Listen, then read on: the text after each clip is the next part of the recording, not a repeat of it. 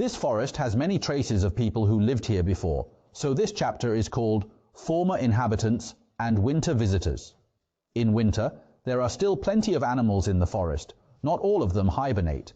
These animals include red squirrels, foxes, great horned owls, Canada geese, hooded mergansers, and chickadees, as well as hunting dogs, rabbits, quails, and so on. Thoreau said you can't really call rabbits and quails wild animals. If you think they are, it means you haven't lived in the wild. He considered this just part of nature. There's a part of the book that talks specifically about chickadees, and it's described in such a vivid and charming way.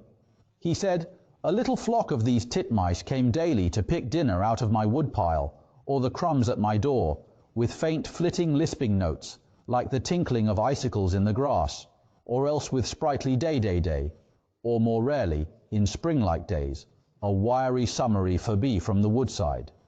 They were so familiar that at length one alighted on an armful of wood which I was carrying in, and pecked at the sticks without fear. I once had a sparrow alight upon my shoulder for a moment while I was hoeing in a village garden, and I felt that I was more distinguished by that circumstance than I should have been by any epaulet I could have worn. The squirrels also grew, at last, to be quite familiar, and occasionally stepped upon my shoe when that was the nearest way. This is the beauty of living in the woods. You know, when Levi was young, he lived in the mountains and learned Taoist practices from Zhao Rui, the author of the Long and Short Classics. The most profound thing he learned was that if you could become one with nature, the birds wouldn't be afraid of you and would even land on your hand. This shows that you have let go of your own inner aggressiveness. When I read Walden as a young person, the chapter on the pond in winter was the most memorable for me because it was so new and interesting. In winter, when Walden Pond freezes, it's perfect for measurements. I've mentioned before that Thoreau was a measurement enthusiast, so he used echolocation to measure the depth of Walden Pond, finding it to be about 102 feet deep at its deepest point.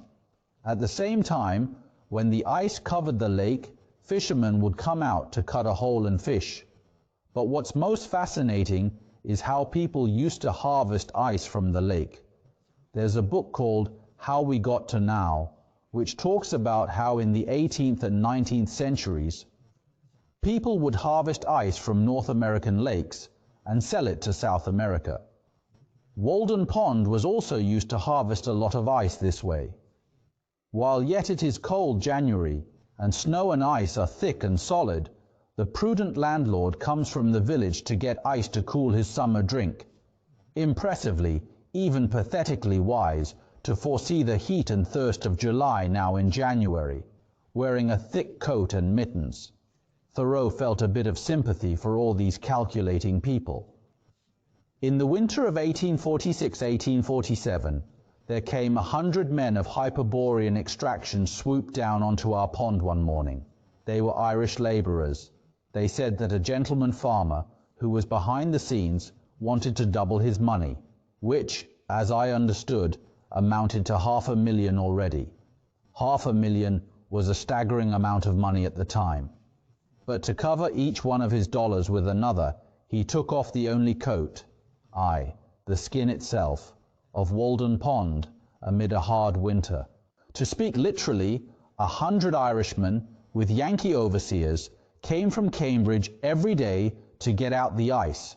Cambridge is the home of Harvard University. The process was basically to use a big saw to cut the ice. Thoreau even tried it himself. He helped with the work. Because the ice was so thick, they had to dig a big hole in the lake, and then someone would use a big saw to cut the large blocks of ice like cutting wood. These, being sledded to the shore, were rapidly hauled off onto an ice platform and raised by grappling irons and block and tackle, worked by horses, onto a stack, as surely as so many barrels of flour, and there placed evenly side by side and row upon row, as if they formed the solid base of an obelisk designed to pierce the clouds. They told me that on a good day they could get out 1,000 tons, which was the yield of about 1 acre. 1,000 tons a day, and the blocks had to be the same size and perfectly cut. if the blocks weren't cut evenly, they wouldn't stack properly, and the gaps in between would cause the ice to melt faster, so everything had to be very precise. It's quite a magical scene to imagine. Then they'd lay down lots of straw between the blocks to keep them from melting because it kept the air out. They calculated that not 25% of this would reach its destination and that 2 or 3% would be wasted in the cars. This heap, made in the winter of 1846-1847 and estimated to contain 10,000 tons, was finally covered with hay and boards, and though it was unroofed the following July, and a part of it carried off, the rest remaining exposed to the sun, it stood over that summer and the next winter, and was not quite melted till September 1848. Thus, the pond recovered the greater part.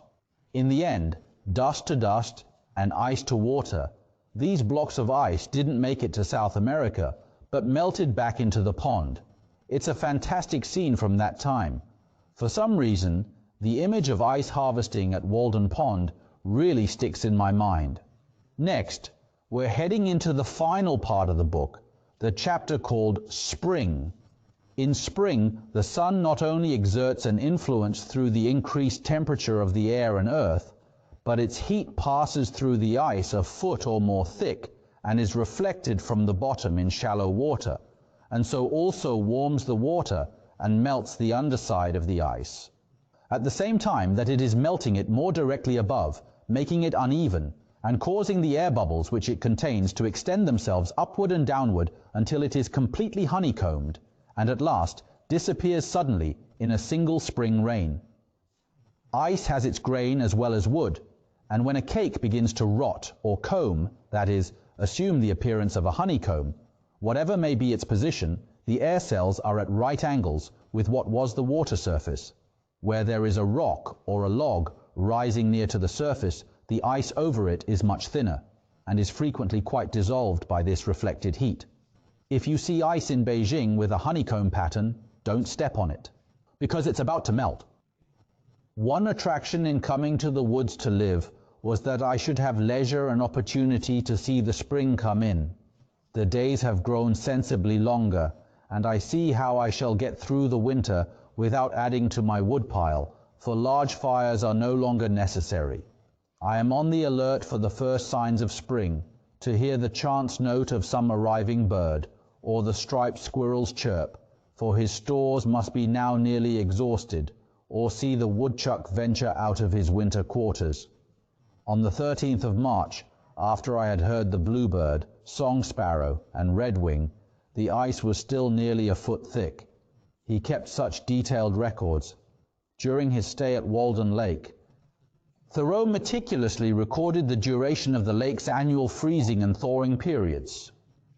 When the ground was partially bare of snow, and a few warm days had dried its surface somewhat, it was pleasant to compare the first tender signs of the infant year just peeping forth with the stately beauty of the withered vegetation which had withstood the winter, life everlasting, goldenrods, pinweeds, and graceful wild grasses, more obvious and interesting frequently than in summer even, as if their beauty was not ripe till then. At the approach of spring, the red squirrels got under my house, 2 at a time, directly under my feet as I sat reading or writing, and kept up the queerest chuckling and chirruping and vocal pirouetting and gurgling sounds that ever were heard. And when I stamped, they only chirruped the louder, as if past all fear and respect in their mad pranks, defying humanity to stop them. No, you don't. Chicory, chicory. They were wholly deaf to my arguments, or failed to perceive their force, and fell into a strain of invective that was irresistible. This part shows Thoreau having a bit of a fight with the red squirrels.